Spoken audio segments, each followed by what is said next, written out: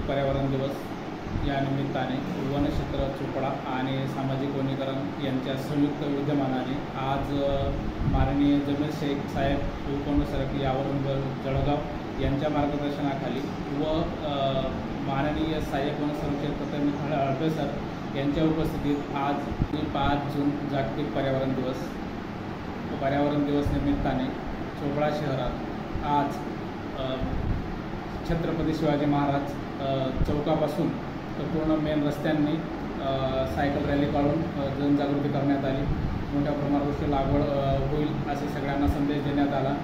आणि वृक्ष लागवड हा कार्यक्रम हा फक्त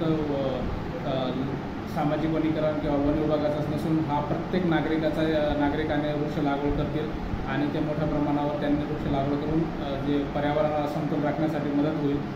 आणि त्यानंतर आपण सायकल रॅलीचं आयोजन करून पुढे वृक्षारोपणाचा कार्यक्रम करण्यात आले। शहरातील मान्यवर तसेच